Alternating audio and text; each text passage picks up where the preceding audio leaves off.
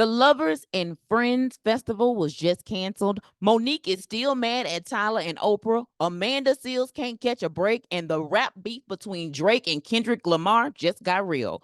Welcome to the Weekend Critics, and welcome back to the Critic Chronicles YouTube channel, where you get commentary, reviews, and front page news. I'm your host, Patricia Hartley. Be sure to like this video, subscribe to this channel, and hit that notification bell so you never miss an upload. It's Saturday, May 4th, 2024. Hey, critics, it's time to chronicle. Up first, I want to talk a little bit about Black on the Cover. Black on the Cover, of course, is our series that highlights Black excellence, who is on the cover of major magazines. This is our lineup for the month of May. Three-time Grammy Award-winning hip-hop artist Meg Thee Stallion is on the cover of Women's Health, looking body-yaddy-yaddy. It's a tasteful photo of Meg Thee Stallion showing nothing but hair and brown skin. Cannot wait to review that and share that with you. Additionally, Tabitha Brown graces the cover of Women's World and was also on the cover of the March issue of Better Homes and Gardens. While she recently released a 2024 book titled I Did a New Thing, her books Feeding the Soul, Cooking from the Spirit, and Seen, Loved, and Heard are all available on Hoopla via audiobook. Now, I don't know about y'all, but I'm really into the audiobooks these days. So yes, I still go to the library and get like physical books because I have a thing about the way they smell. If y'all are into watching, if you ever watched like Sex in the City and you saw Carrie and how she would like smell the inside of the books. Yep. I can relate because I still do that. But shout out to Tabitha Brown. Can't wait to review that as well.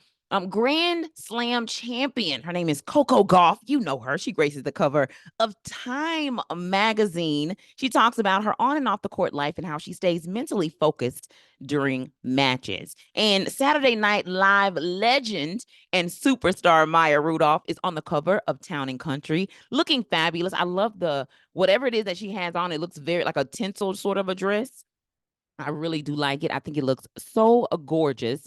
And last but not least, on the cover of Bazaar, we have Anouk Yee. She's on the cover of Bazaar magazine. The South Sudanese American model is glowing on the cover, and inside, she shares why Nina Simone is her icon and how her mom always made her feel beautiful in her spirit growing up as a Black child. And I know that in the premiere episode, I talked a little bit about Victoria Monet and Zendaya and the fact that they were featured on April covers. What I'm gonna do actually is I'm gonna also include them on the Black on the cover series. Y'all, trying to consolidate some of these interviews from the magazines, I'm gonna have to give it its own series. So that's one of the reasons why it's only slightly gonna be included in the weekly show of the Critic Chronicles. Well, critics, it's time for the tabloid news that you can use. If you don't know by now, the Lovers and Friends Fest has been canceled. I first actually heard about it through Candy Burris on her Instagram. I follow her on IG.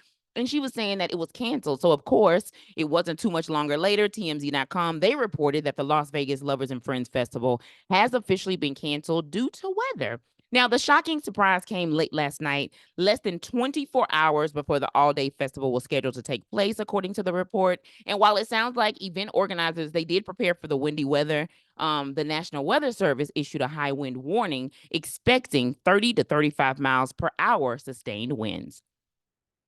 So yeah, unfortunately, the Lovers and Friends Fest isn't happening. If I'm not mistaken, wasn't there some talk about the Lovers and Friends Fest? People said they were supposed to, or it was announced somebody was supposed to perform, and then the person that was announced to perform said, I'm not performing there. Wasn't it Mary J. Blige? I don't know. I'll have to get back to you about that information. However, unfortunately, no one will be performing and no one will be seeing any performances because the show has been canceled. Monique, I know y'all have all heard about the rant in Monique. This was uncomfortable for me. There's video clips going around the internet with footage of comedian Monique talking mad trash again about Oprah and Tyler Perry. And while the trash talk is not new, it's just old, right? And as all of you may already know, Monique has yet to forgive either Oprah or Tyler Perry for allegedly blackballing her out of Hollywood and millions of dollars after basically she kindly said no to touring like on red carpets after her huge role in that the Lee Daniels film Precious. Now, it was no obligation, as Monique has explained to us, for her to do the red carpet events. And although she did win an Academy Award for it, and they told her, meaning people like Tyler Perry was trying to inform Monique, hey, if you go on this press tour, even though we're not going to pay you, even though you're not obligated, even though it's not contractual, that it's really going to do wonders for your career. While she no longer includes her good friend Lee Daniels in the rant, because at one point in time, especially earlier in the years, she included Lee Daniels in the rant, but he apologized, if you remember, back in 2022. And since then, she has not said anything negative at all about Lee Daniels. So, publicly, by the way, her continuous rants no longer feel like comedy. And that's why I'm really saying this, right? If it felt comedic, I might be like, okay, she's a comedian. All right. But this honestly feels like a routine that you told us before, and you're telling us again the same routine. What I would have wanted, and this is an opinion only, Lord, this is only an opinion, okay? What I would have preferred is, Mo, for you to do a book detailing the blow by blow about what happens, okay? Follow that book up with a comedy tour, a book tour. Well, the book tour first, then the comedy special to come right after the book tour while you're on. You get what I'm saying? The book tour / comedy tour. Come on now. Throw that on Netflix, because I know they, y'all in better standing now. Hallelujah. And then Netflix could have featured a sold out comedy special for you. I know that Monique is currently on the Dark Matter tour that's headlined by Cat Williams. So you can definitely check her out there. And unfortunately, that was also the tour that they caught the footage from. But definitely not footage that was easy to watch. In fact, I think I turned it off almost immediately, because if all she was going to be talking about was the same thing that I had heard before, I didn't want to hear it again. But just to be transparent, it sounds to me like all Mo wants is an apology from Tyler Perry and or Oprah, and she won't talk about them in a negative light anymore. I don't know if she's gonna get it, especially not after this point, but the show must go on. Speaking of the show going on, I know, I'm not sure if y'all are big YouTube show watchers, but or shows that are on YouTube, because I do think that they're on other channels as well. But Fox Soul, of course, is on YouTube. That's where I watch it at the most. And they got a new host. Now, they did get a new host a few months ago, but I did want to kind of touch on it just because I really did like, of course, the original trio of Al Reynolds, of course, Claudia Jordan, and Funky Dineva. Shout out to Q. However, it did seem like Q was ready to exit, and you can't make people stay in places that they don't want to be when they're ready to exit. So he was ready to go, it seemed like, for the show. And while there's a lot of talk of like, okay, he wasn't making, well, it ain't just a lot of talk. If you watch one of his YouTube videos in terms of Funky Dineva, he talks specifically about being able to make more money on his YouTube channel than he was making, it seemed like, with Fox Soul, which, according to the dollar amount that was throughout, it was like $250,000 a year, like annually. Additionally, it sounded like Fox Soul wanted to expand the show. So let's say that this is only an example. I'm not sure if this was what it was, but they were recording 5 days a week. And Fox Soul wanted to expand it out to, let's say, 6 days a week, because I think they now come on Saturdays as well. And it didn't include any additional money. And so I think that's kind of when Q was like, well, when I'm really weighing it out of me being an entrepreneur with my own YouTube channel, how much I can make there versus how much I can, I'm making with y'all, or time I'm spending with y'all, I can probably do some more things independently and be a little better off. So Funky Dineva, I do want to say the presence is definitely missed over at Fox Soul, but Armand Wiggins, I believe, is a great addition. I think he adds a nice youthful spirit to things, even though he's our age, like he's in his 30s, right? He's in his 30s, but he gives me like 27, right? I think he's 35 to be exact, but Armand gives me 27, 28. Like, you know what I'm saying? Like, but I said all that to say, congratulations, Armand. I know that it can be hard trying to fill the shoes, especially when you're trying to fill the shoes of somebody who had such a reputation like Funky Dineva. Funky's been doing this thing on YouTube for what, about 12, 13 years. Honestly, one of the blueprint folks who started specifically like the entertainment news with his wig, talk about Nessa girl. But I want to give a shout out to Armand. Wiggins over there. And again, congratulations to you and your hosting gig and for joining Fox Soul and Claudia Jordan as well as Al Reynolds permanently at the top of the year.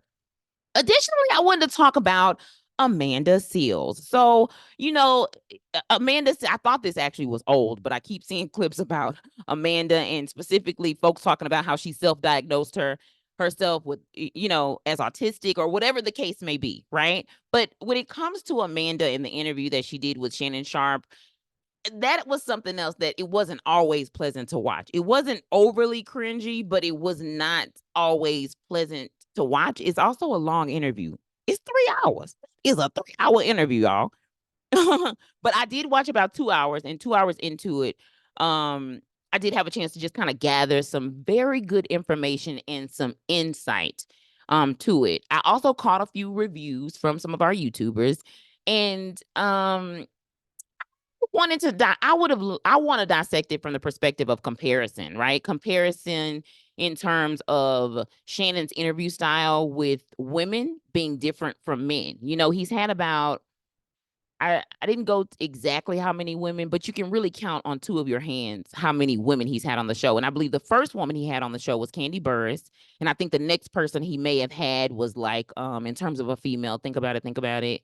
I don't know if it was actually Monique. Then I think it was maybe like Glorilla. And then I think it was Amanda Seales. But like thinking about the females that he's had on the show, I think he always kind of has that style of sort of doing an assumption, right? Prior to, or, trying to guess what the host is gonna, or the person that's there being interviewed is gonna say before they say it, kind of a thing. And he did it a lot, it seemed like, with Amanda Seales, instead of doing what he did with Cat Williams. If you remember in the Cat Williams interview, when he started kind of getting too out of hand and Cat was looking like, nah, that's not what it is, he toned himself down a little bit.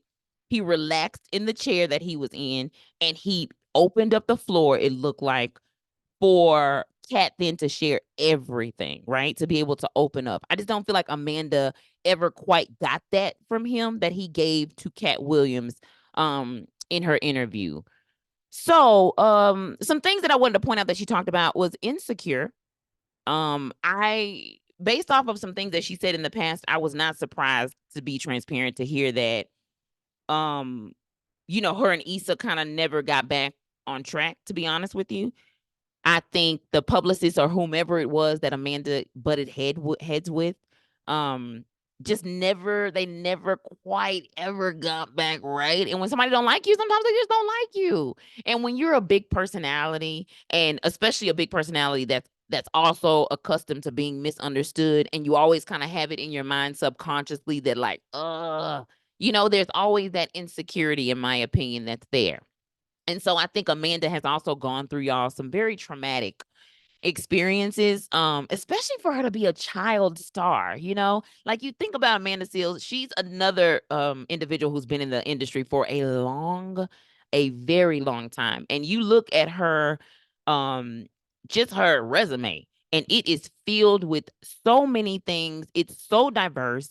And not just in Hollywood, like also in the world of academia. She has a master's degree. You can definitely tell from the interview that she did with Shannon Sharpe. But unfortunately, there is a pattern in Amanda's life that always puts her in a position to feel unprotected, and, in my words, even disrespected at times, right? Again, going back to Insecure, it sounded to me like the last season that she just kind of was in that mode of, I just came here to do my job, right?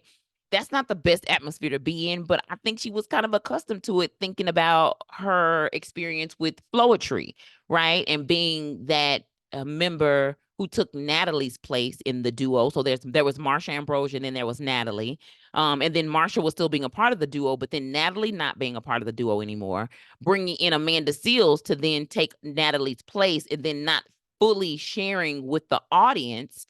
And by audience, I mean Marsha not sharing with the fans, the transition of the duo, and sort of explaining that story and giving Amanda the introduction she needed to get the support from the fans, in my opinion.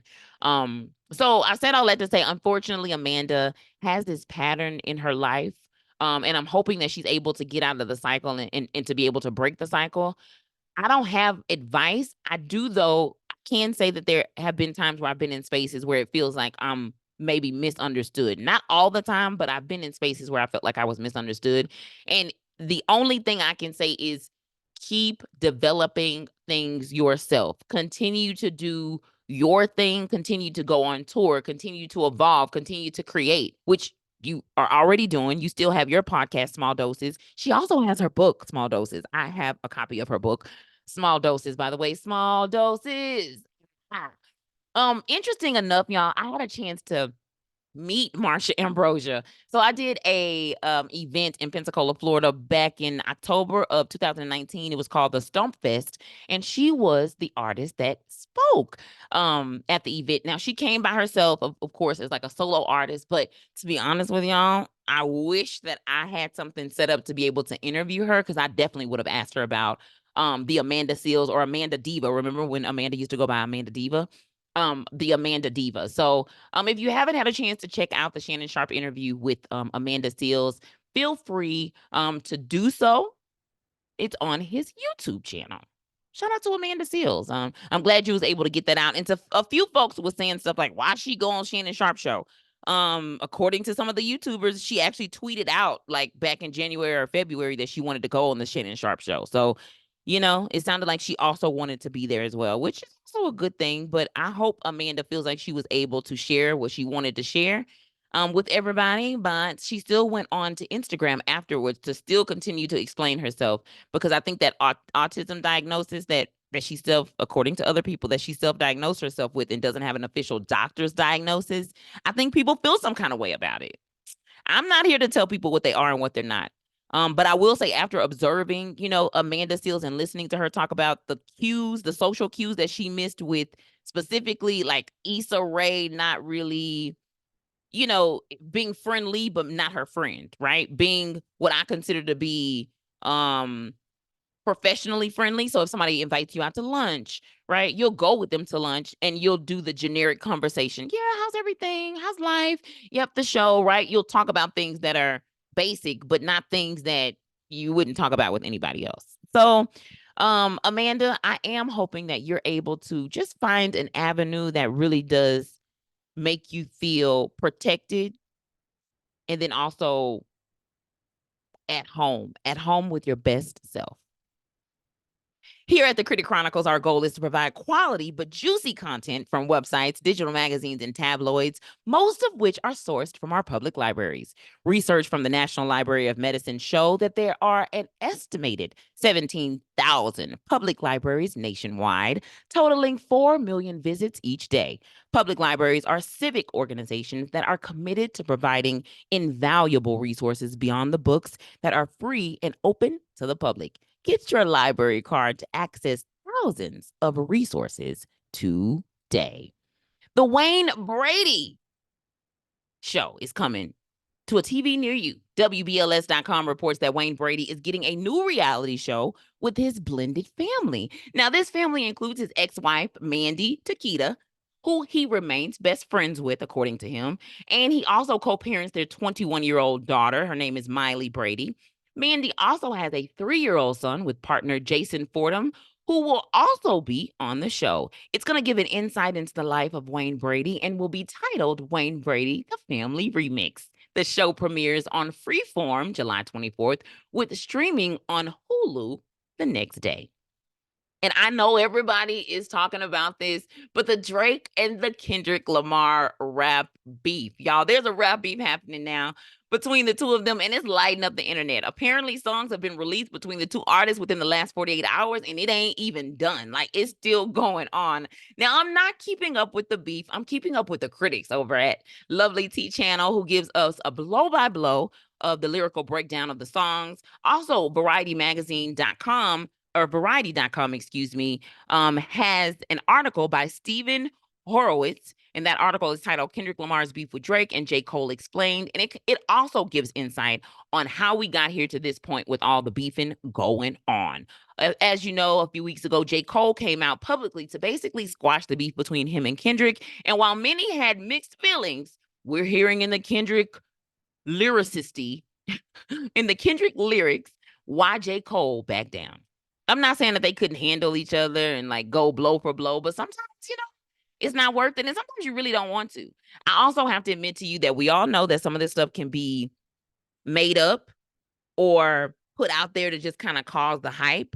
But a lot of people believe this is real, real, real, real, real, real, real, real. All right, so more to come with the Drake and the Kendrick Lamar rap beef.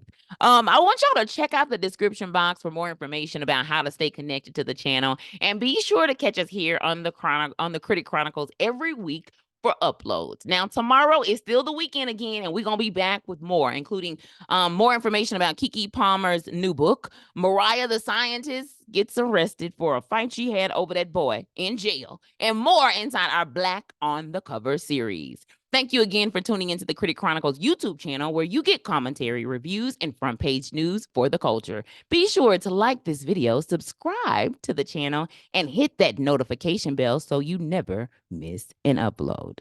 Have a great weekend and see you tomorrow.